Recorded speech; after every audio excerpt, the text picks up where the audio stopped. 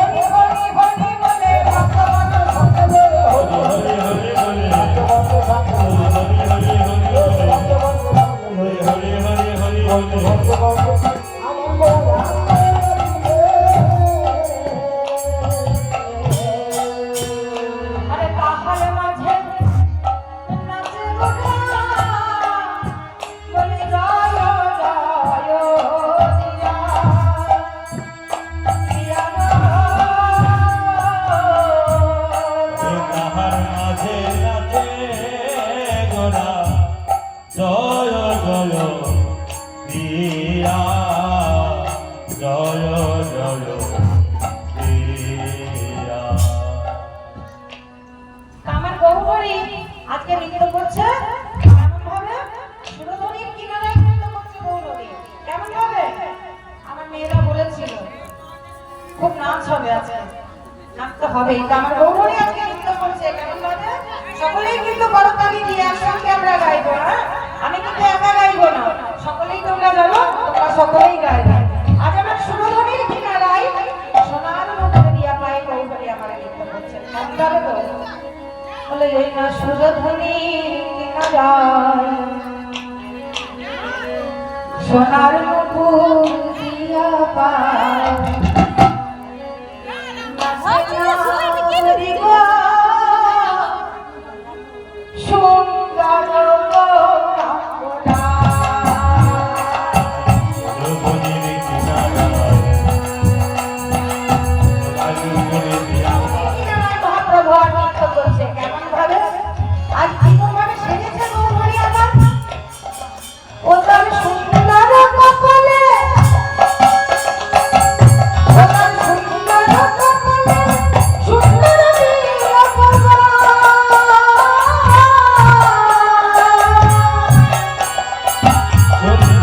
কপালে সুন্দর তিলক গো,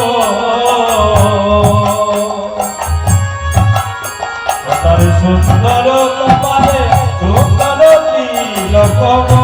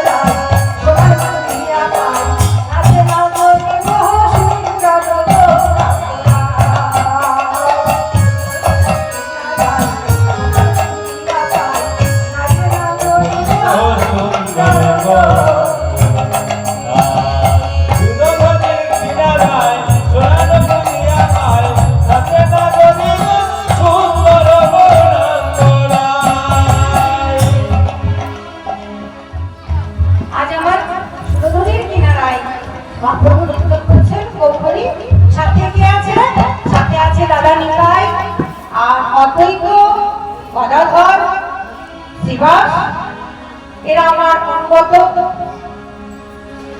পাশক প্রভুর সাথে সবসময় থাকে, সকলেই নৃত্য করছেন। এখন সবাই কেটে কেটে কথা বলতে গেলে বেড়ে যাবে। আর সুরধনির তীরে আজি বাজলো রে মাদল, ওই সুরধনির তীরে আজি বাজলো রে মাদল, ওই সুরধনির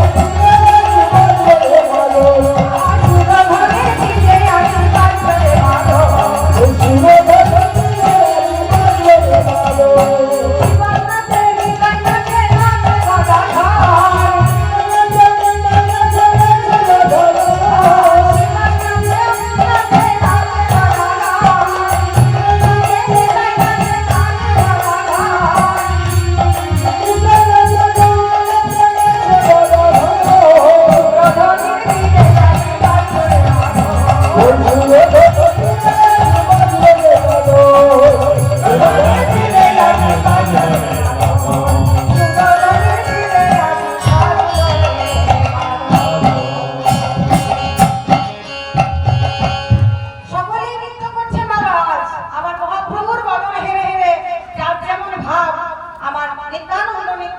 মহাপ্রভুর কাছে কাছে আমার গদাধর নৃত্য করছে কেমন না মহাপ্রভুর বদনে রাধারানী স্বরূপ তো গদাধর, তাই আমার সকলেই নৃত্য করছে।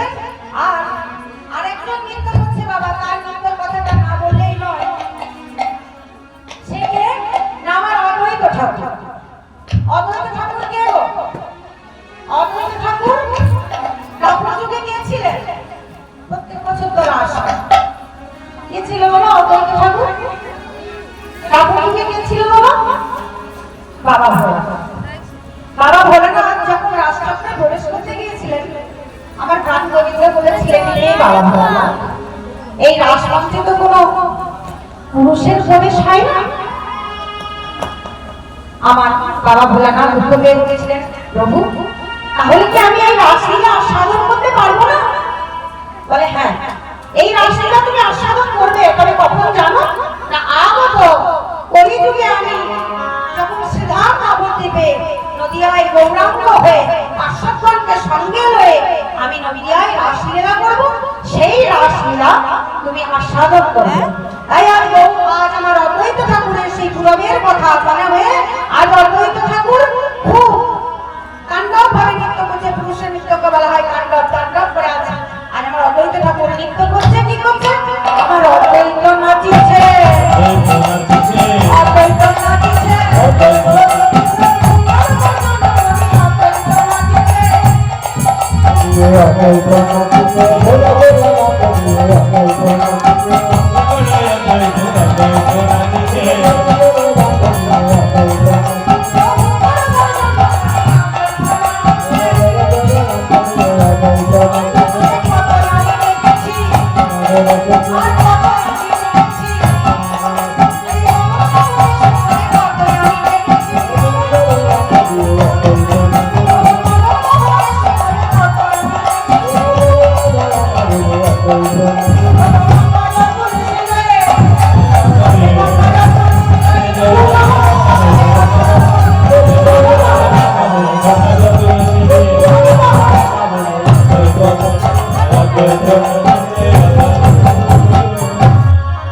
এইভাবে আমার অদ্বৈত নৃত্য করছেন। বলছেন আমি কত ডেকেছি প্রভু, মদন ভবনে এসে বলে আমি তোমায় কত ডেকেছি। তাই আজ আমার অদ্বৈত ঠাকুর নৃত্য করছেন আর অর্জন করে আজ আনন্দে তাতেই করে আজ আমার বাবা ভোলানাথ নৃত্য করছেন। আর এই সময়টা দর্শন করছে কে না, সেই যে পূর্বে যে ঘটনা ঘটেছিল বাবা, সেদিন তো আমরা ছিলাম না। তাহলে যে পদগুলো গাইছি তাহলে কেউ নিশ্চয়ই সেগুলো দর্শন করে লিপিবদ্ধ করে লিখে গেছেন। তাই আজকে এটা করেছেন না বাসুদেব ঘোষকারী, বাসুদেব পদকর্তা সেই লীলা দর্শনকারীর মধ্যে তিনি মহাপ্রভুর লীলা দর্শন করছেন আর লিখে যাচ্ছেন। তাই পদকর্তা আমার বাসুদেব ঘোষ বললেন, ওগো বাসুদেব ঘোষ কহে মনের হরিষে, মনের হরিষে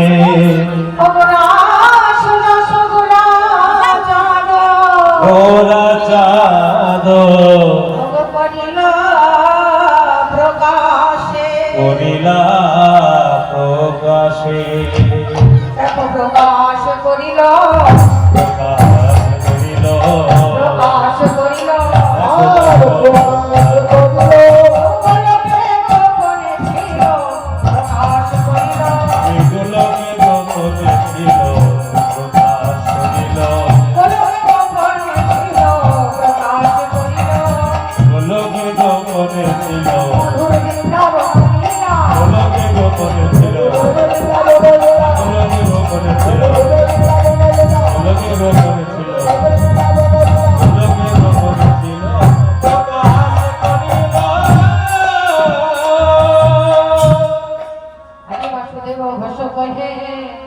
মনের হরিষে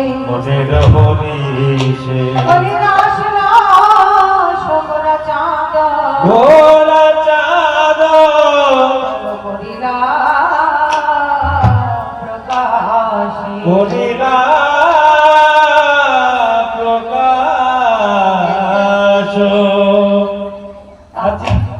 এই পর্যন্ত কাজ, এই পর্যন্ত আমরা বাবা একটু বহু কথা সাধন করলাম। বহু কথা আরো অনেক বড় আছে, শিখলের কথা বলা আছে, গভীরাসের কথা বলা আছে। চেষ্টা করলাম যতটা ছোটর মধ্যে করা যায়। হরি বল। আমার চললে আমার মন বলবো না, কেননা এই রামকানের গ্রাম তো 3 দিন থেকে যেভাবে কীর্তন এখানে পরিবেশন হচ্ছে, একটা মধুর বৃন্দাবন হয়েই আছে। তাহলে আমরা কি করবো না, কৃষ্ণ বলে বাহু তুলে, মায়েরা কিন্তু গান গাইছো না, কিন্তু সবসময় ইউটিউবে তোমরা গাচ্ছ না। যদি তোমরা না গানগুলো গাও তাহলে আমি আজকে না গানগুলো গাইবো, তোমরা ধরবে তবে না আমার গাইতে ভালো লাগবে। তাই চলো আমরা কৃষ্ণ বলে বাহু তুলে একবার সকলে মিলে বাহু আন্দোলন করে আমরা মধুময় শিলা মহিলার মাধ্যমে প্রবেশ করি। জানো তো সকলে মিলে আমরা সকলে তাহলে গাইতে হবে, সবাই গাইতে জানো, আমিই জানি না গাই, তোমরা বেশি ভালো জানো, তাহলে সকলেই গাইবে। হ্যাঁ কেমন ভাবে কেমন ভাবে?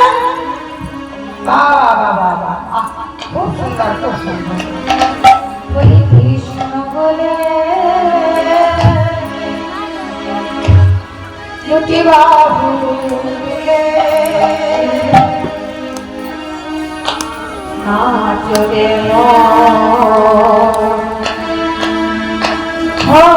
হরি বলে।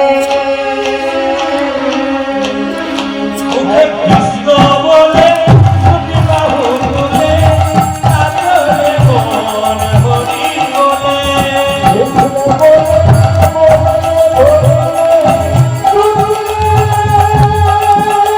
দুটি বাহু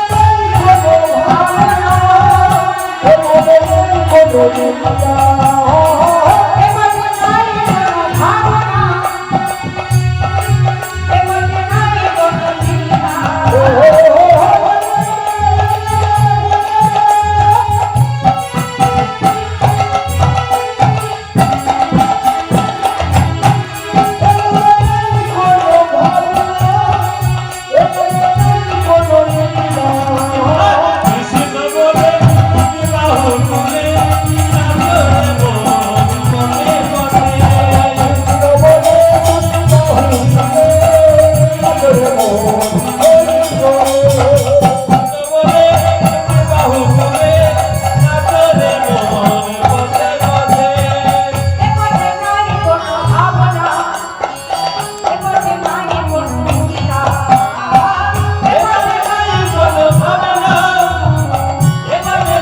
কোনো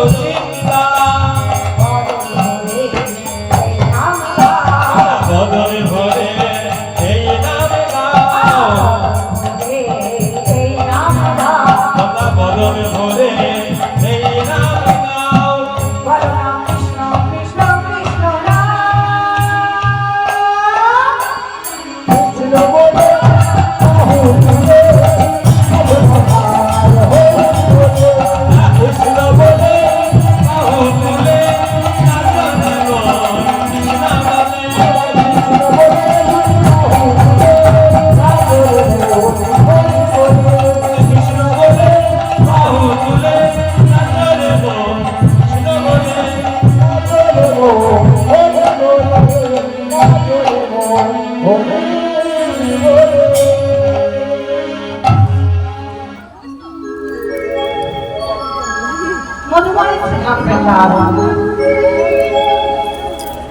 আজকে লীলা সাধনের বিষয় কি গো লীলা? ভুলে গেলাম গো। ওমা কি কি গান হচ্ছে বলছে, ভুলে গেলাম। ও বাবা না রাসলীলা গাইছে। ও জান, মাঝে মাঝে মনে পড়ে দিও, আমি সেরকম বড় সড়ো চিত্র নিয়ে জন্যই তো ওই সব করে দু চার বেলা গায়ে আর মানে পাগল আর। তোমাদের দেশে পাগলামিটা আরো বেড়েছে তোমাদের দিকে। আজ কি হয় দেখো আমার পাল্লাই করে তোমাদের ধাম নাম হয় বাবা। আজ প্রাণ গোবিন্দ আমার রাস ভাবে ভাবিত হয়ে আছে। তা রাস কি, কেন ভগবান রাস করেছিলেন, রাস করার উদ্দেশ্য কি, কেন রাস করেছিলেন, রাস কাকে বলে, এগুলো তো জানতে হবে। তাই আমরা পদ পদাবলীর মাধ্যমে দিয়ে আজ আমরা জেনে নেব রাস কি, কেন রাস, রাস কাকে বলে, এগুলো একটু একটু করে জানবো। আর পদ পদাবলীর মধ্যে দিয়ে আমরা একটু করে নৃত্য গীত পরিবেশন করব। আজ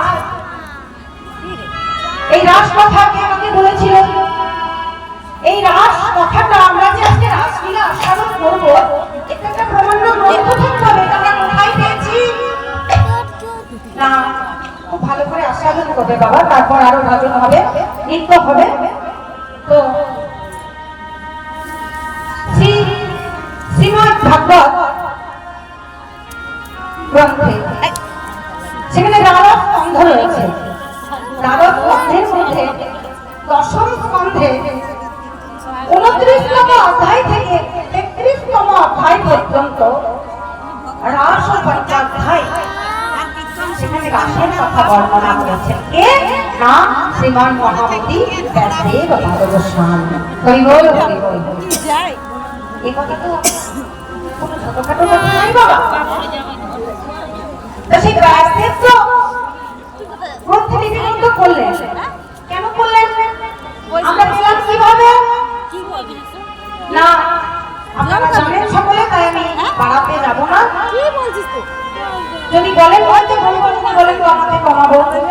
আজ আমার পরীক্ষিত রাজা গিয়েছিলেন মৃগয়ায়, সেখানে ছোট করে বলে তার রাজা পরীক্ষিত গিয়েছিলেন মৃগয়ায়, সেখানে কৃষ্ণার্থ হয়ে সমীর মুনিকে কি করেছিলেন না প্রমাণিত হয়ে মৃত সর্প গলায় পরিয়ে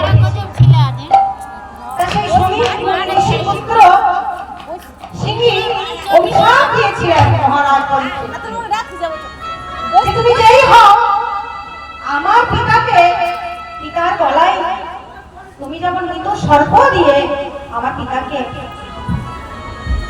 অপমান করলে, শুনে রাখো তুমি যেই হও আগত 7 দিনের মধ্যে এই সর্প দংশনেই তোমার মৃত্যু হবে। ধ্যান ভেঙে গেল স্বামী পুত্র, এ তুমি কি করলে? মহারাজ পরীক্ষিত যে আমাদের সকলের পিতা, তুমি অভিশাপ জানলে। যাই হোক মহারাজ পরীক্ষিত অভিশপ্ত হলেন, সমীর ঋষি তাকে বার্তা পাঠালেন, গৌরকে দিয়ে অনুগত ভিত্তকে দিয়ে বার্তা পাঠালেন। তারপর মহারাজ পরীক্ষিত যখন জানতে পারলেন যে তিনি অভিশপ্ত, তিনি কি করলেন না গুরুচরণ আশ্রয় করে জানতে চাইলেন, গুরুদেব আগত 7 দিনের মধ্যে আমার মৃত্যু হবে, আগত মৃত্যু কথা জানলেন কি কাজ? গুরুদেব সুখদেব গোস্বামী মহারাজ পরীক্ষিতকে বললেন, আগত 7 দিনের মধ্যে মৃত্যু পথযাত্রী আমরা সকলে। ওমা একটা কথা শোনো, আমি একটু জ্যোতিষ গণনা করে জানতে পেরেছি, এই আগত 7 দিনের মধ্যে না এই তোমরা আমরা জগতে যত সকল আমরা জীব জন্তু মানুষ আছি না, সকলেরই আমাদের 7 দিনের মধ্যেই মৃত্যু হবে। কি করে 7 দিনের মধ্যে মৃত্যু হবে বলো তো? ওমা আজকে কি বার গো? আজ কি বার? আজ বৃহস্পতিবার। আচ্ছা তুমি দেখো, বৃহস্পতি থেকে 7 দিন হলো শুক্র, শনি, রবি, সোম, মঙ্গল, বৃহস্পতি, বুধ, বৃহস্পতি। তাহলে দেখো কদিন হচ্ছে শুক্র থেকে আমরা আবার বৃহস্পতি পর্যন্ত যদি ঘুরি, তাহলে দেখো 7 দিনই আসছে ঘুরে। আমরা যেদিন মৃত্যু বরণ করবো এই রবি, সোম, মঙ্গল, বৃহস্পতি, এর বাইরে কিন্তু কোনো একটা দিন নেই যেদিন আমরা মৃত্যু বরণ করবো। নিতাই গৌর হরি বল। তাই আজ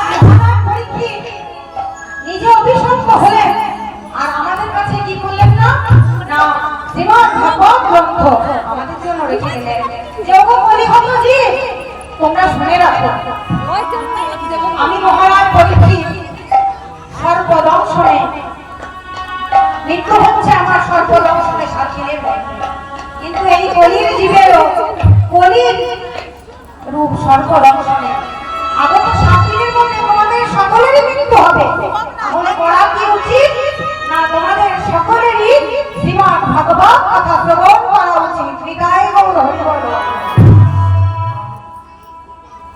তাই তাই এই মহতি হরিবাসর বাবা, এই যে হরিবাসর গুলো আমাদের পূর্বপুরুষরা এত কষ্ট করে নগরে নগরে গ্রামে গ্রামে গিয়ে ভিক্ষা করে কেন এই হরিবাসর গুলো করেছে? তার একটা কারণ আছে। শুধুই কি ভালো শাড়ি পরে নৃত্য করবার জন্য, ভালো ভালো খাবার জন্য? বলে না গো, এই যে হরিবাসর আমাদের 4 দিনের জন্য সংকল্প করে এখানে যে হরিবাসর, এই যে আমার মহাপ্রভুকে আনয়ন করা হয়েছে, ঘটন স্থাপন করা হয়েছে, এখানে সংকল্প করা হয়। দেখবেন হরি মশাইকে জিজ্ঞেস করবেন, আপনারা সকল গ্রামবাসীগণ যতজন ভক্তবৃন্দ এই মহতি কর্মে সংযুক্ত আছে, প্রত্যেকেই কি পাবেন জানেন? আগত অনাগত এই যতদূর হরিধ্বনি কৃষ্ণ নামের ধ্বনি, কৃষ্ণের ধ্বনি যাচ্ছে না, কীট পতঙ্গ জীব জড় প্রত্যেকেই চতুর্বর্গ ফল লাভ করবে বাবা। চতুর্বর্গ ফল লাভ কি? ধর্ম অর্থ কাম মোক্ষ। হরি বল। হরি বল, হরি বল, হরি বল। এই হরিবাসরে উপস্থিত থাকলে আমাদের ধর্ম হবে, সংসারে অর্থ আসবে, কাম অর্থাৎ মনের কামনা বাসনা পূরণ হবে, আর শেষের দিনে আমরা প্রাণ গোবিন্দের নয়নে নয়ন দিয়ে আমরা হৃদয় গৌর হরি বল বলে প্রাণ গোবিন্দের চরণে আশ্রয় নিতে পারবো। তাই চতুর্বর্গ ফল লাভ হবে, ধর্ম অর্থ কাম মোক্ষ। এই হরিবাসর তো এমনি হরিবাসর নাই বাবা, এই হচ্ছে আমার সেই গৌরীর হরিবাসর। তাই আজ সেই ভগবত কথা আমার সুখদেব পাদ গোস্বামী মহারাজ পরীক্ষিতকে বলছেন আর শ্রবণ করছেন আমার পরীক্ষিত মহারাজ। আর সেই ভাগবতেরই দশম স্কন্ধের, দ্বাদশ স্কন্ধের মধ্যে দশম স্কন্ধের 29তম অধ্যায় থেকে 33তম অধ্যায় পর্যন্ত রাস ও পঞ্চবিংশতি। সেই আগের দিন আপনারা ভক্ত লীলা বা অন্য কোনো লীলা শুনেছেন, আজকে রাসলীলা। তা সেই আজ রাসলীলা কথা বর্ণনা করছেন। আমরা সেইখান থেকে রাসলীলা পেয়ে আজ আমরা সেই রাসলীলা আস্বাদন করছি। আজ রাসলীলা আস্বাদন করছেন ভাগবতের প্রথম শ্লোক কি?